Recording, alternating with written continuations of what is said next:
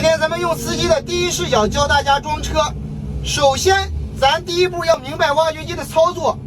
咱先看左手柄，左手柄往左推是左转向，往右推是右转向，往后拉是收小臂，往前推是伸小臂。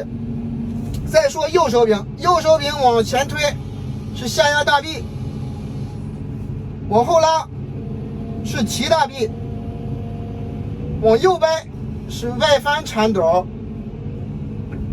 往左掰是内收铲斗。下面咱们教大家如何装车。首先，铲斗外翻，下压大臂，收铲斗，收小臂，收一下铲斗，再拉小臂，挖起土。挖完土之后，先提大臂，微微的带转向，一边提一边带。当铲斗超过车厢的高度的时候，咱就可以停止提大臂了。铲斗进入车厢正中间的时候，咱们伸小臂，下压大臂，外翻铲斗，把土放下，然后旋转过来，下压大臂，再去挖一铲。这就是整个装车的全过程。